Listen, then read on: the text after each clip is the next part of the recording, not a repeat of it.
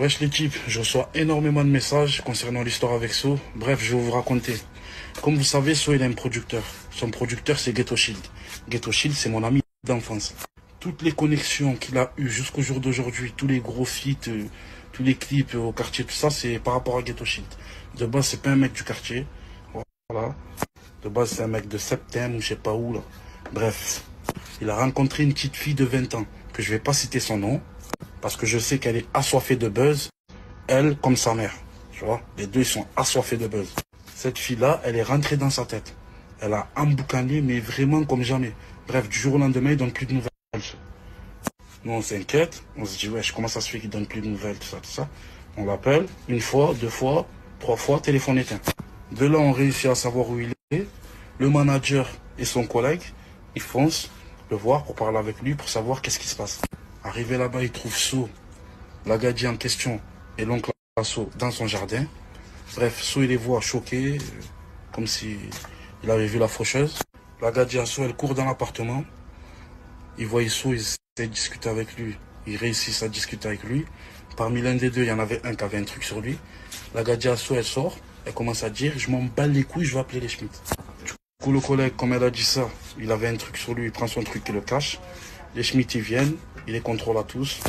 Elle les aide à trouver le truc au collègue. Ensuite, ils embarquent tout le monde. Ils amènent tout le monde au commissariat. Arrivé au commissariat, So, il commence à dire que le collègue, il a braqué, patin, couffin. Après, il commence à dire que son manager, il le frappait, des conneries comme ça. Bref. À l'heure d'aujourd'hui, le collègue il est en prison et il y a une enquête sur le label Ghetto Shield.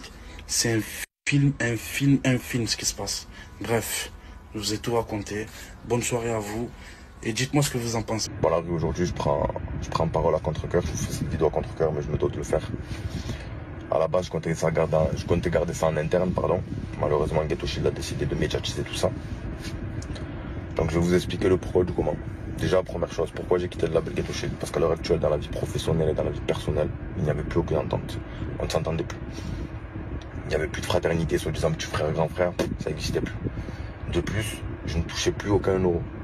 Que ce soit les showcases, que ce soit les plateformes, que ce soit YouTube, que ce soit même la SACEM dernièrement qui m'a été retirée, TuneCore qui m'a été retiré. Tout ce qui a un rapport avec les contrats. Tout, ouais, on s'est compris. Je ne touchais plus un euro. Moi, de mon plein gré à moi, bien sûr, parce que c'est pas ma copine qui m'a fait un lavage de cerveau, qui est rentré dans ma tête, patati patata, ça c'est des sottises, faut pas écouter les blablabla. C'est moi, de mon plein gré, qui ai décidé de quitter Ghetto Shield pour les raisons que je viens de vous donner.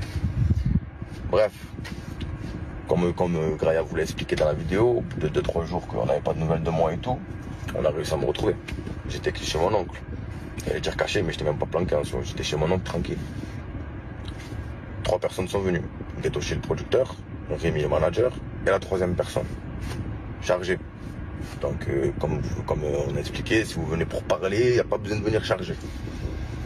Ma copine a appelé la police, bien sûr, de peur, parce qu'il ne faut pas oublier que ça reste une femme et qu'on a reçu des menaces de mort. Que ce soit ma famille, que ce soit sa famille, que ce soit elle, que ce soit moi, en sachant qu'ils se sont rendus chez ma mère, ils se sont rendus chez mon oncle, parce que comme je suis en train de vous le dire, ils sont venus me chercher. Bref. Ça a pété, altercation. Qu'est-ce qu'elle fait ma copine? Elle appelle la police de peur. C'est logique, ça reste une femme. Il faut se mettre dans sa situation, il faut se mettre à sa place. Demain matin, vous voyez votre copain en train de se faire chiffonner sous vos yeux. Vous êtes incapable de faire quoi que ce soit. Vous n'êtes pas Lara Croft, vous n'allez pas venir tirer dans le tas. Ça n'existe pas, c'est que dans les films. La police arrive, on se fait tous embarquer. Il faut savoir que dans l'histoire, aucune plainte n'a été posée de ma part. De ma part à moi, il n'y a aucune plainte qui a été posée. Ça n'existe pas. On n'a pas besoin de la police pour régler nos problèmes. Sans faire le grand, sans faire le voyou, bien loin de là. Ma copine, par contre, a déposé plainte. Étant donné qu'elle avait peur, elle était dans une situation un peu chelou, elle connaissait pas tout ça. Et elle a posé plainte pour diffamation. Et je sais plus comment on dit là, Zarma qui affiche les images sur les réseaux. Parce qu'elle s'est fait afficher de haut en bas, en large, en travers, comme vous avez pu le voir.